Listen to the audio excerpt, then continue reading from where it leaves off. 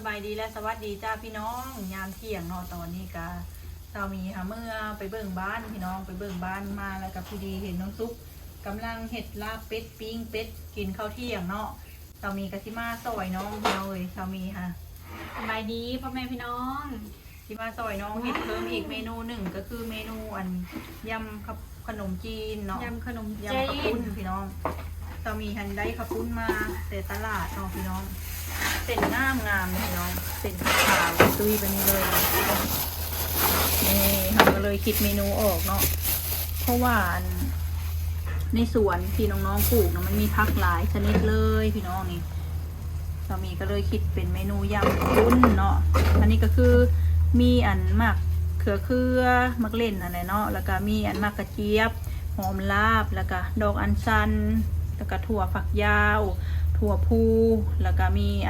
ผักสลัดหน่อยนึงผักซีหน่อยนึงพี่น้องทีเด็ดเลยก็คือนี่เลยเนาะผักคะผักสะอมเนาะหอมๆเลยเพราะว่าเราบ่มีเม็ดกระถินนี่ใส่เม็ดกระแล้วถิ่นก็มีเนื้อปลาทูพี่น้องเนื้อปลาทูตัวใหญ่ๆ1ตัวเนาะนี่เราที่ยำใส่เนาะอันนี้ก็คือน้ำปลาร้าพี่น้องจะมีต้มเรียบร้อยแล้วนี่ต้มใส่ปรุงเรียบร้อยแล้วเนาะนี่พริกป่นล่ะพริกป่นเฮากะสิใส่ตอนเฮายำเนาะตอนที่เฮายำขยำเครื่องเนาะพี่น้องจะมีสิใส่น้ำเปล่าล้างให้เส้นขนมจีนมันแตกก่อนแล้วจึงจะมายำขยำเข้ากันเนาะแต่ว่าตอนนี้ค่ะรอน้องซุปปิ้งเป็ดซุปก่อนบริใส่เนาะอันนี้ยำหอมเฮาก็อยากใส่ได้นี่ค่ะเขาอยากใส่ก็ใส่ได้เพราะว่ายำข้าวปุ้นนี่ค่ะเพิ่นแบบโบตายตัวพี่น้องเขามีผักอย่างเขาใส่เลยได้ใส่ตามหมักเลยใส่เลยแม่แต่ว่าหมักผักอย่างก็ใส่ลงไปได้เบิ้ลเห็นเขาเจ้ากินน้ำลายจนไหลก็เลยว่าชวนโดยมีจัดเนาะคิดอย่างพอดีข้าวปุ้นเขาได้มาโลหนึ่งยำเบิ้ลเลยพี่น้องหัวหลายคนกินหลายคนแซ่บปิ้งเป็ดกับหอมเลยเพราะว่าใส่ตะไคร้หลายพี่น้องใกล้สีซุปแล้วอดใจรอมารอบนี้ได้กินปิ้งเป็ดลาเป็ดอีกแล้วอยู่มอขังนี่ก็คือลาเป็ดพี่น้องรอปิ้งเป็ดซุกจังหน่อยท่านจึงคนลาเป็ดเนาะเดี๋ยวคนสิคลายเครื่องเห็นเด้พี่น้องเลยนี่สิไม่เป็นเบิ่งรูปซุกหรอบอกตัวนี้จะได้หรอบอกนั่นได้แล้วซิมรสชาติโอ้ยซิมรสชาติก่อนมันได้อยู่บ่เนาะตัวเองปรุงเลยพี่น้องส่วนหลายยันแต่เค็มมักบริโดนเนาะงอแทบแล้วงอเซฟแล้วแซ่บแล้วบวกเค็มจังไงหอมแซ่บนัวซุปเป็ดกับเป็นเป็ดอ่อนพี่น้องบริหยาบเลยเป็ดอ่อนเนาะมือแล้วตัวเกียวได้เป็ดตัวใหญ่มาผันถึกเป็ดหยาบแน่พี่น้องมือนั้นค่ะกินลาบเป็ดซองน้องตัวเกียวแม่มือนี้กินลาบเป็ดซองน้องซุปเวลาซื้อเป็ดกับซื้อไก่เนาะท่านถ้าเฮาอยากได้ตัวใหญ่เนาะเขาเอามากหยาบเลยพี่น้องบางเถื่อเห็นแม่เขาเจ้าขายแบบเชี่ยเอาตัวใหญ่เนาะบางเถื่อเนาะเป็นตัวมันหยาบตัวซ้ำนี่พอดีกินเอาตัวอ่อนพอดีก้นเป็ดนี่นะไม่ว่าบ่สิเป็นเจ้าของไม่ว่าผู้อาวุโสชุดต้องได้กินกำลังแห้งเพราะว่าตูดเป็ดน่ะไปกะโจงคล้ายๆว่าคาร่ำบ่ตะกี้กี่ตัวบ่จังว่านี่แหละสมัยนี้เพิ่นเพราะว่าผู้เฒ่าตัวแบบว่าบ่ให้เด็กน้อยกินเพราะว่าของแซ่บมันน้อยยังเช่นแบบว่าไตแล้วก็ตีนไก่แล้วก็ไข่ลูกอีหยังประมาณนี้แบบบ่ให้เด็กน้อยกิน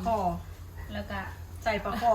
กินแล้วสิหนาวสั่นกับข้าวสั่นลงน้ำบ่ได้กินใส่ปลาคอตับปลาคอโอ้นี่แถมไปได้ดิจะมาเตรียมขั้นตอนการยำเลยเนาะให้น้องซุปมัดให้เอ้ยนี่แหละมัดมือชกก่อนพี่น้องปิ้งเป็ดกาซุปแล้วพี่น้องโตใจบ่ไหวแล้วตอนนี้นะก็มีก็เอาน้ำเปล่าใส่พี่น้องน้ำเปล่าใส่เพื่อให้เส้นเพิ่นแตกออกนะบ่ให้เพิ่นเหนียวนะก่อนสิตำก่อนสิย่ำข้าเจ้าก็เอาใส่น้ำแบบนี้ ยำขนมจีนครั้งแรกเด้อพี่น้องเอ้ยยังบ่ทันเฮ็ดกินเถื่อ ซีมแล้วติดใจเลยไปนั่งน้ำลายไหลแล้วปะจ๊ะ ปิ้งเป็ดกับหอมยั่วยวนขนาด แม่ลูกอ่อนจะมักจะได้นี่ อืมกินได้แล้วก็จะเตรียมปิ้งแล้วค่ะเป็นไปได้เปลือกพวกมันสะดวกพี่น้องเว้ยแบบนี้สามีก็สิเอาใส่ในหม้อเลยเด้ เนาะมันจึงแบบคนสบาย เอากระปุนใส่ในหม้อไปเลย มันมีหามักก็ได้ขอบคุณทางเจโนพี่ เส้นใหญ่ดี เซฟๆเดี๋ยวซุปแบบมักขอบคุณไทยเวลากินกับน้ำผัดคือว่าเส้นน้อยๆผัดคือว่า อันนั้นหากินกระปุนน้ำปลาเดะเส้นน้อยๆอ่ะแซ่บ น้ำกะทิกระเซฟ นี่กระปุนเซโนเฮามันสิบ่คือทางใดเด้ เซฟเนาะถ้าแขกกับบุ โอเค คือ พี่น้องหลังจากเอากระปุนลงไปแล้วเฮาก็สิใส่วัตถุดิบของเราเลยก็คืออันนี้เนาะผักค้าที่สามีหั่นผสมเรียบร้อยแล้วพี่น้องเราสิเอาเครื่องลงไปแล้วเราจะขยำทีเดียวเลยดอกอัญชันสิบ่เฮ็ดให้กระปุนมันเป็นสีม่วงเลยบ่ เป็นอีหลีนะฮะ เป็นเลยเลย ละลายยามา พอดีเป็นยาซะเนาะ มีเป็นวิตามินยา พี่น้องแล้วก็ซิกเนเจอร์เป็นข้าวปุ้นเอาเด้อเป็นอะไรปลาทู ปลาทู เดี๋ยวขยำเนื้อปลาทูก่อนนิดนึง ว่าในหลายเนาะเต็มหม้อเลย จักสิพ่อบ่พ่อคันบ่พ่อเฮากับตีนี่ทำก็ได้ลิ้นกับพันกันส่ง เป็นน้ำหิวบ่หรืออะไร จากนั้นจังหวะอันนี้พี่น้องเนื้อข้าวปุ้นบางคนก็ใส่ปลากระป๋องได้แต่เฮาอ่ะใส่กับปลาทูมันจะหอมนี่ให้ ใส่ปลา น้ำซุป กระป๋องก็ได้ น้ำซุปงวดปลาแดกเลยบัดนี้ หวดปลาแดกลงไปเลยพี่น้องเลยน้ำข้นๆนัวๆเลย น่าจะพอดันมาละพริกป่น พริกป่น น้ำน่าจะพออยู่พอบ่ละเยอะนิดนึงเนาะใส่อีกนิดนึงก็เอาเลยถึงจะกินเผ็ดค่ะถ้ากลัวเผ็ดก็ใส่นิดนึงเลยพี่น้อง หลังจากนั้นก็สิขยำเลยบัดนี้ ขยำ ขยำเข้ากันเลยบัดนี้ ชอบมากน้องนุ้ยยังไม่เคยกินได้เลย ขนาดเห็นขยำแล้วดูว่าจะกลืนน้ำลายแล้วตอนนี้ ขาดอะไรหรือเปล่าเนาะนี่โหตายโปรตีนลงแล้วเพิ่มโปรตีน เป็นเด็กๆอยู่บ่บุกเพชร จั่วยังโมแดงคักเลย ขอบคุณทางเบิร์โลหนึ่งผมว่า อ้าวโปรตีนมาตื่นตลอดเลยเลย นี่มันโลหนึ่งผมว่าขอบคุณ โลหนึ่ง ขอบคุณโลหนึ่ง ก้อยอันนี้เพิ่นใส่อยู่บ่ข้าวขัวเนาะเลยอะไร คนดีใจโอ้ยก้อยลาบละนะ คุณเคยจะมักเพชร ลาบข้าวปุ้น หอมหอมละขนาด น่าสิเพชรจะเป็นเนาะ น่าจะเผ็ดแล้วนะ เดี๋ยวเราให้อันนี้เข้าเครื่องนิดหน่อยก่อนอีกจิ้ม เติมไปเติมมาเด็กคือลืมหูโต ปลา ยังหมดเลยสีผักคะเด็ก เล็บปลาคะกันใส่ลงไปเลย กำลังคืนน้ำลายตอนนี้สุก มีแต่เมนูแซ่บๆมึงนี่ค่ะ แซ่บเลย อะไรไหลมะเขือเทศเขาก็ใส่เลยพี่น้อง แม่ แล้วปลาทูนี่เส้นก็ยังมาแตะเขาก็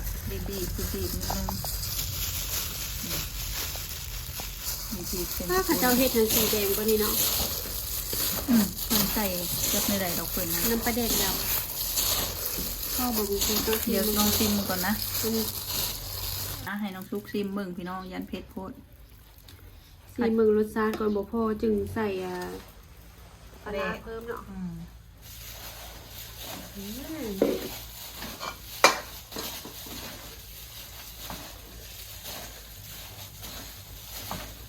ลิ้นอยู่นะอะไรเนาะ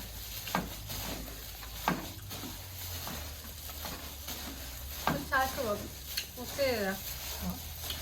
มันจะใส่อีกหน่อยหนึงบ่เนาะ แปลงบอกซุกซิมไปแล้ววันนี้สามีจะมาซิมเด้อวันนี้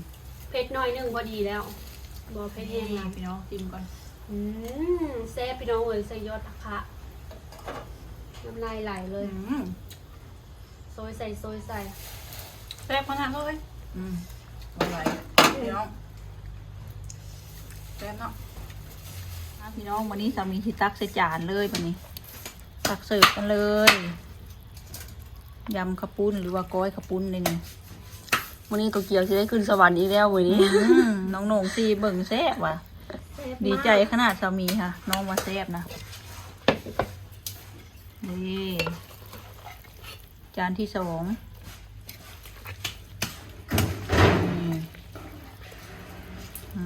พี่น้องนี่เป็นตาแซ่บเลยบ่มาเด้อพี่น้องเบิดทุกคู่ทุกคนจ้ามากินยำขนมจีนน้ำกันเด้อนี่ป้าพี่น้องวันนี้มีเห็ดซัวข้าวปุ้นสู่กินป้าน้องตุกเกียวสิมาตักซีมาก่อนเด้อว่าเป็นแนวใดใส่ผักใส่ผักหอมรวมใส่มากระเจี๊ยบได้นี่อ๋อพี่น้องมักเล่นพร้อมนี่ข้าวชิมาซีเบิ่งโอ้ใส่ดอนสั้นคนละถ้วยเลยพี่น้องมาสิตักซีเบิ่ง บริซีมได้กินแล้วตัวเกียว มากินจริงจังไปเลยก็มีบริษัทเพชรหลายโอ้ยแม่แม่ยังเพชรเอาว่าแม่ยัดจะมันเพชร บริเพชรได้แม่ เพชรกินเดี๋ยวลองซิมมาก่อนพี่น้องลองซิมมาก่อนกินมัน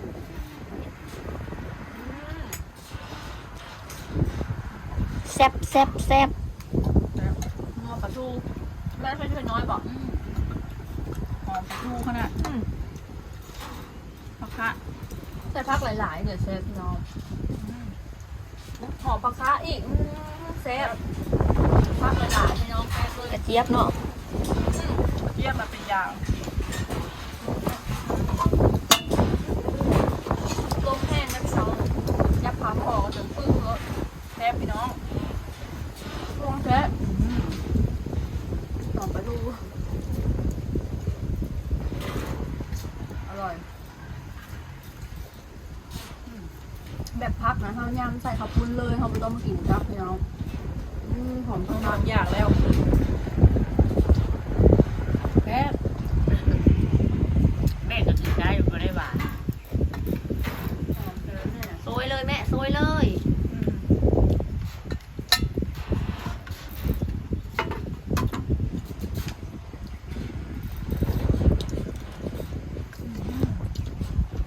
ร้านแพงพี่น้องชอบเป็นคนมักกินพักใส่พักหลายๆแซ่บ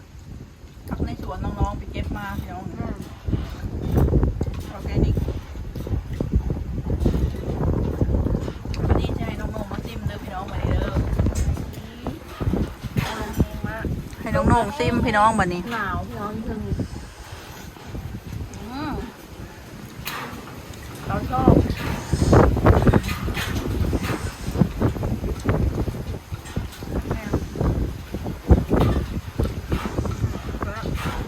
ก้อยข้าวปุ้นหรือยำขนมจีน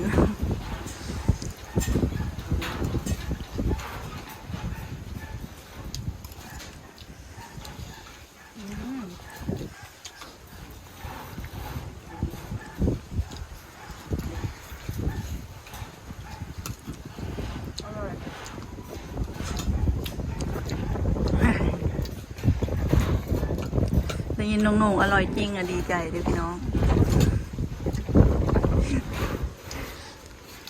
องค์ประกอบมันได้ผักเยอะๆอร่อยหอมหัว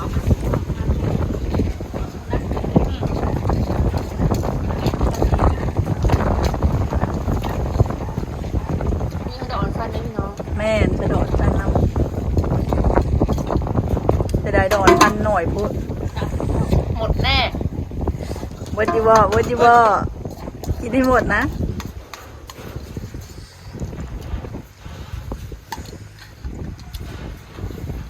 หลังไม่แล้ว